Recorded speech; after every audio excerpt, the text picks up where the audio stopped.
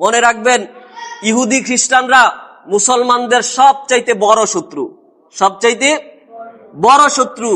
ওই যে মুসলমানদের সালতানাতের ইতিহাস থেকে শুরু করে 570 খ্রিস্টাব্দের পরে যখন আল্লাহর হাবিবের আবির্ভাব হলো, যখন হুজুর 40 বছর পরে নবুয়ত প্রকাশ করলো, সেই দিন থেকে শুরু করে আজ পর্যন্ত ইসলামের নাম করা চিরশত্রুদের মধ্যে ইহুদিদের নাম আছে।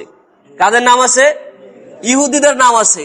আল্লাহর হাবিব সাল্লাল্লাহু তাআলা আলাইহি ওয়াসাল্লাম মক্কাতুল মুকাররমা থেকে মদিনাতুল মুনাওয়ারায় আল্লাহ রাব্বুল আলামিনের নির্দেশে হিজরত করেন। মদিনার ভিতরে সবচেয়ে বেশি ইহুদিদের বসবাস ছিল।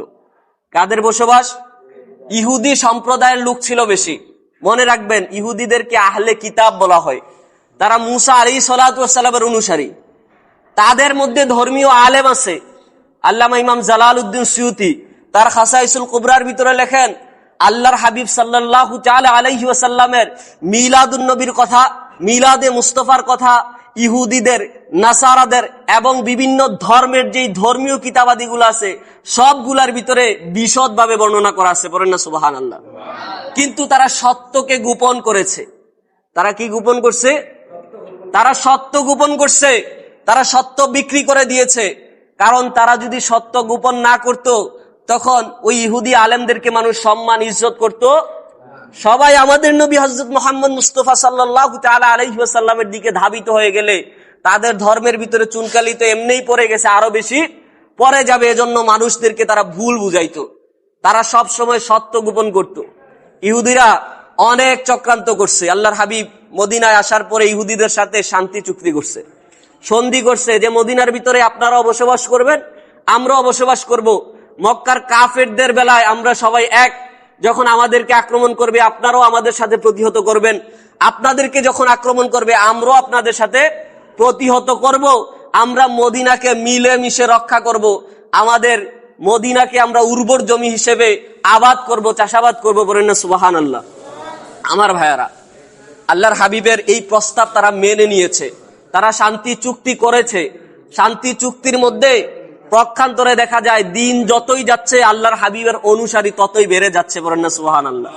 দিন যতই যাচ্ছে কালিমার ছায়াতলে ততই মানুষ আসতেছে। দিন যতই যাচ্ছে মানুষ ইসলামকে অ্যাকসেপ্ট করতেছে। দিন যতই যাচ্ছে মানুষ ইসলামকে একমাত্র জীবন ব্যবস্থা হিসেবে মেনে নিচ্ছে। বলেন সুবহানাল্লাহ। আমার ভাইয়ার, আমরা তারিখ থেকে কথা বলতেছি। যখন তারা দেখলো ইসলামের প্রচার প্রকাশ আবাদ এভাবে হচ্ছে মদিনার ভিতরে, তারা বুঝলো যে খুব বেশি দিন ইহুদি ধর্মবাদ এটা মতবাদ টিকবে না। এজন্য তারা তাদের আস্তে আস্তে শান্তি চুক্তিগুলা ভঙ্গ করতে লাগলো। তাদের মুনাফিক কি যেই হালাতটা এটা তারা প্রকাশ করতে লাগলো। তারা গোপনে মক্কার বড় বড় সর্দারদের সাথে মিটিং করেছে। তারা একাধিক মিটিং করার পরে তাদের ইন্ধনের মাধ্যমে বদরের ময়দান হয়েছে, তাদের ইন্ধনের মাধ্যমে উহুদের ময়দান হয়েছে। তারা দেখেছে সর্বসাফল্যে এটা তারা মেনে নিতে বাধ্য হয়েছে যে মুসলমানদেরকে অস্ত্র দিয়ে দাবানো যাবে, মুসলমানদের ঈমানকে তলোয়ার দিয়ে দাবানো যায় না। তারা চিন্তা করলো মুসলমানদের সাথে পারার জন্য যেটা দরকার সেটা হচ্ছে বুদ্ধির প্রয়োগ করতে হবে এবং মুসলমানদের একতা নষ্ট করতে হবে। কি নষ্ট করতে হবে? একতা নষ্ট করতে হবে। এখন মুনাফিকদের মুনাফিকগিরি শুরু হয়ে গেছে। আমার ভাইয়ারা, আল্লাহর হাবিব সাল্লাল্লাহু তাআলা আলাইহি ওয়াসাল্লামের জামানার পরে যখন আবু বকর খেলাফতের ভিতরে আসলেন, আবু বকর রাদিয়াল্লাহু তাআলা আনহুর খেলাফত স্বাভাবিক ছিল। ওনার খেলাফতের পরে ওমর ইবনুল খাত্তাব রাদিয়াল্লাহু তাআলা আনহু যখন খেলাফতের ভিতরে আসলেন, ওনার খেলাফতের পরে ইহুদিরা দেখলো যে ওমরের সময় কথা বলা যাবে, যেখানে মদ দুধ হয়ে যায়, যেখানে মানুষ ওমরের নাম শুনলে ইহুদিদের বাচ্চাদেরকে ঘুম পাড়ায় ওমর আসতেছে। বলেন না সুবহানাল্লাহ। আমার ভাইয়ারা, তারা বুঝা গেল যে ওমরের জামানায় তাদের মতবাদ প্রচার করা যাবে না, তাদের যেই মুনাফিকি এটা দিয়ে কাজ হবে না। সর্বশেষ তারা বেছে নিল হযরত উসমান জিন নূরাইন রাদিয়াল্লাহু তাআলা আনহুকে।